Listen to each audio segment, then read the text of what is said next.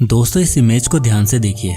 इसमें लिखा है हाउ टू पे ऑफ योर डेट, यानी कि आप अपना कर्ज जल्दी से जल्दी कैसे खत्म कर सकते हैं। और जरा पहले पॉइंट पर नजर मारिए जो कि है पास अवे, यानी कि मर जाना। यानी कि ना तो आप जिंदा रहोगे और ना ही आपके ऊपर कोई कर्ज रहेगा। अब देखने में तो ये काफी फनी इमेज लगती है कि हमारे ऊपर लोन है तो उसे छुटकारा पाने के लिए मर जाओ। बट ये कितनी कड़वी सच्चाई है कि आज के टाइम पर ये कर्ज कितना बड़ा दानव बन चुका है जिससे हर एक इंसान घिरा हुआ है। इस दुनिया में बहुत ही कम ऐसे लोग होंगे जिनके ऊपर कोई भी कर्ज ना हो, और कभी ना कभी कर्ज का बोझ तो इतना बढ़ जाता है कि इससे छुटकारा पाने के लिए इंसान असल में अपनी जान तक दे देता है। एंड आई एम श्योर आप में से बहुत से ऐसे लोगों के ऊपर भी कोई ना कोई लोन जरूर होगा। चलो एक क्विज करते हैं। आप कमेंट करके मुझे बताओ कि आप में से कितनों के ऊपर लोन है, चाहे कोई सा भी लोन हो, होम लोन, एजुकेशन लोन, गाड़ी का लोन, या फिर आपने अपने दोस्त से पैसे भी उधार ले रखे हैं तो उसे भी हम एक लोन में ही काउंट करेंगे। तो आप में से जितनों के ऊपर भी लोन है वो कमेंट में लिखें डेट, और आप में से जितने लोगों के ऊपर कोई भी लोन नहीं है वो कमेंट में लिखें नो डेट। और कमेंट ज्यादा आए तो मैं नीचे हर कमेंट को काउंट करके और फर्स्ट कमेंट में मेंशन कर दूंगा कि कितने लोगों के ऊपर कोई ना कोई लोन है और कितनों के ऊपर कोई भी लोन नहीं है।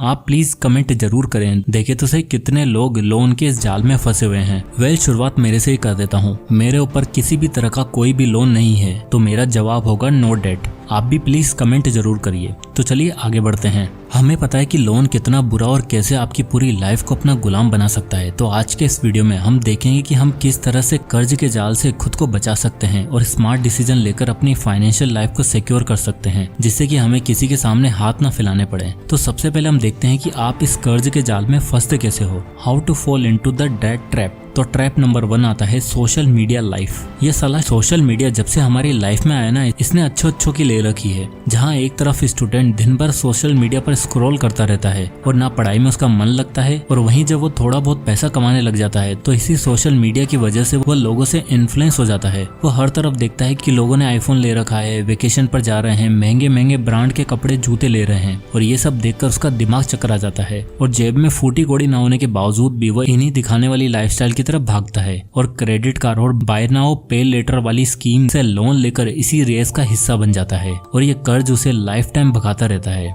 मैं आपको अपने साथ हुआ एक किस्सा सुनाता हूँ। अभी थोड़े दिन पहले जब मैं अपने बार्बर के पास बाल कटवाने गया तो उस बार्बर के यहाँ पर 2-3 लड़के काम करते थे। तो मैंने देखा कि वहाँ पर हर किसी के पास आईफोन है, और मुझे देखकर काफी शौक लगा। तो मैंने उनसे पूछा कि भाई तुम लोग की सैलरी कितनी है जो हर कोई आईफोन लिए घूम रहा है। तो वो बोले कि हम महीने का 12 से 15 हजार रुपए कमा लेते हैं, और उसमें से हमारी 7 हजार की EMI आईफोन में चली जाती है। अब देखो दोस्तों, आपका काम 15 से 20 हजार फोन में भी चल सकता है, जो कि एक महीने की सैलरी में आ जाएगा। बट क्या करें, हमें तो दिखावा करना जरूरी है ना। हर कोई आईफोन लिए घूम रहा है तो हम पीछे क्यों रहें, और इसी दिखावे के चक्कर में वो इस EMI के चक्कर में फंस जाते हैं। Trap number 2, taking loans to repay old loans. दोस्तों जहाँ लोगों के ऊपर एक लोन होता है तो कुछ समझदार लोग उसे चुकाने के लिए एक और लोन ले लेते हैं, और यही सबसे बड़ा ट्रैप है। इसे एक एग्जांपल से समझते हैं। मान लो यह है रोनित मुंबई में जॉब करता है। उसकी सैलरी 40 हजार रुपए महीना है। अब अगर हम उसके महीने के खर्चे देखें तो रेंट पर उसका जाता है 15 हजार, फूड एंड ग्रोसरी पर जाता है 10 हजार, शॉपिंग पर जाता है 10 हजार, एंटरटेनमेंट पर जाता है 15 हजार, और फोन की EMI पर जाता है 10 हजार। तो ये उसके टोटल एक्सपेंसेस बनते हैं 50 हजार रुपए। अब रोनित की सैलरी तो 40 हजार है, तो उसे मजबूरन EMI को चुकाने के लिए दूसरा लोन लेना पड़ेगा, और इसलिए वो सहारा लेता है क्रेडिट कार्ड का। और नेक्स्ट मंथ अगर वो अपने खर्चे कम नहीं करेगा तो ये 10 हजार जो उसने क्रेडिट कार्ड से लिए थे तो उस पर उसे हर महीने का 2 से 3% तक का इंटरेस्ट पे करना पड़ेगा। और ये इंटरेस्ट महीने का है।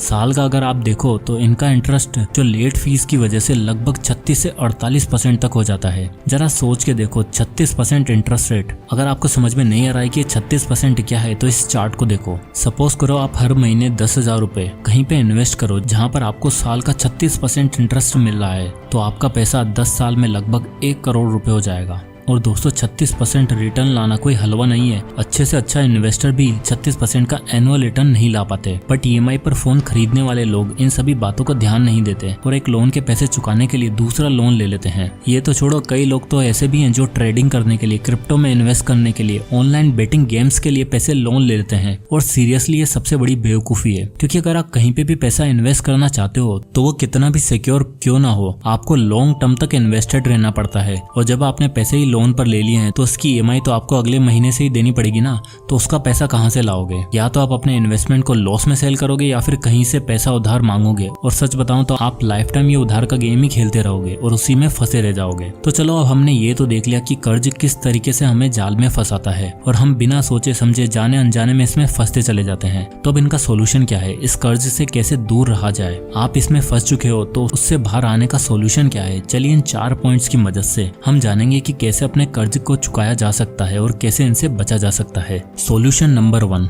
If you can't buy it twice you can't afford it. दोस्तों इस आर्टिकल को देखिए, इसके अकॉर्डिंग जहां पर एक इंडियन 12,000 रुपए के स्मार्टफोन खरीदता था वो आज की डेट में 20,000 का फोन खरीदने लग गया है। यानी कि हम पैसा ज्यादा खर्च करने लग गए हैं। अब पैसा खर्च करने में कोई बुराई नहीं है, आखिर इतनी मुश्किल से हमने पैसे कमाना जो स्टार्ट किया है, बड़ी मेहनत मशक्कत के बाद तो हमारी जेब में पैसा आना शुरू हुआ है, तो उसे खर्च क्यों न किया जाए। बट दिक्कत तो तब आती है जब लोगों की जेब में पैसा नहीं होता, उन्हें फिर भी कोई महंगी महंगी चीजें खरीदनी होती है। इसलिए इसका सोल्यूशन ये है जो अक्सर मैं काम में लेता हूँ कि अगर आपको कोई भी चीज बाय करनी है, जैसे बाइक, स्मार्टफोन, लैपटॉप या कुछ भी, अगर आप उसे 2 बार खरीदना अफोर्ड नहीं कर सकते तो फिलहाल के लिए उस चीज को खरीदने का ख्याल निकाल दीजिए। एग्जाम्पल के लिए अगर आप 30,000 का स्मार्टफोन लेना चाहते हैं और आप अगर आराम से वो फोन 2 बार लेना अफोर्ड नहीं कर सकते तो कृपया करके कुछ टाइम के लिए रुक जाइए। जब आपके पास उतने पैसे आ जाएं कि आप 2 बार उस फोन को अफोर्ड कर सकते हो तभी उन पैसों को खर्च किए, अदरवाइज कोई सस्ता फोन ले लीजिए। इससे होगा ये कि नेक्स्ट टाइम जब आप कुछ खरीदने का डिसीजन लोगे तो आप उसे बाय करने से पहले सोचोगे और ये आपके अंदर एक अच्छी हैबिट पैदा करेगी और आपको बिना फालतू का कर्ज लेना नहीं पड़ेगा। सॉल्यूशन नंबर 2,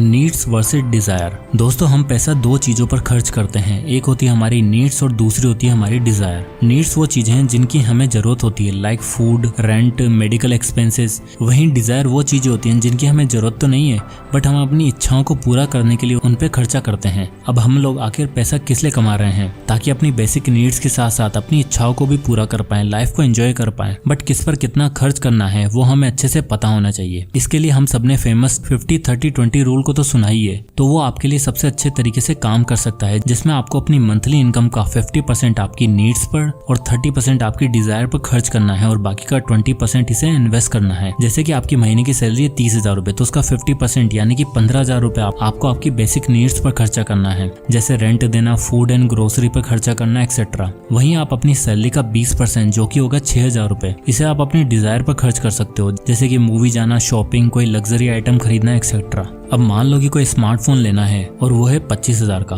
तो एटलीस्ट आपको 4 महीने का वेट करना चाहिए। और जब आप हर महीने 6,000 रुपए बचा लोगे तो 4 महीने बाद जब आप वो 24,000 रुपए सेव कर लोगे तब आइडियली आपको फोन खरीदना चाहिए। नहीं तो आपको अननेसेसरी जो 20% आपने इन्वेस्ट करने के लिए रखा था आप उसे इन्वेस्ट ना करके खर्च कर दोगे, जो कि एक सही तरीका नहीं होगा। या फिर आप क्रेडिट कार्ड स्वैप कर लोगे उस आइटम को बाय करने के लिए और वही कर्ज के जाल में फंसने की गलती करोगे, जिससे हम बचने की कोशिश कर रहे हैं। इसलिए हमेशा अपनी नीड्स और डिजायर को समझकर उस पर खर्च करना चाहिए। Solution number 3, increase your income. चलो हमने ये तो देख लिया कि हमें अपनी स्पेंडिंग्स को ट्रैक करना चाहिए, अननेसेसरी चीजों को नहीं खरीदना चाहिए और 50-30-20 रूल का सही से इस्तेमाल करना है। बट बहुत सारे कारण ऐसे होते हैं जिनकी वजह से हमें लोन लेना पड़ ही जाता है और ना चाहते हुए भी हम इस जंजाल में फंस जाते हैं। तो अब इसका उपाय क्या है? वेल उसका सबसे अच्छा सॉल्यूशन है अपनी इनकम को इंक्रीज करना, क्योंकि हो सकता है जो आपकी करंट इनकम है उससे शायद आप कभी भी जल्दी कर्ज से मुक्ति ना पा पाए। और कितनी भी सेविंग कर लो, कितने भी अपने एक्सपेंसेस को कम कर लो, बट हमें शायद उससे छुटकारा कभी नहीं मिलेगा।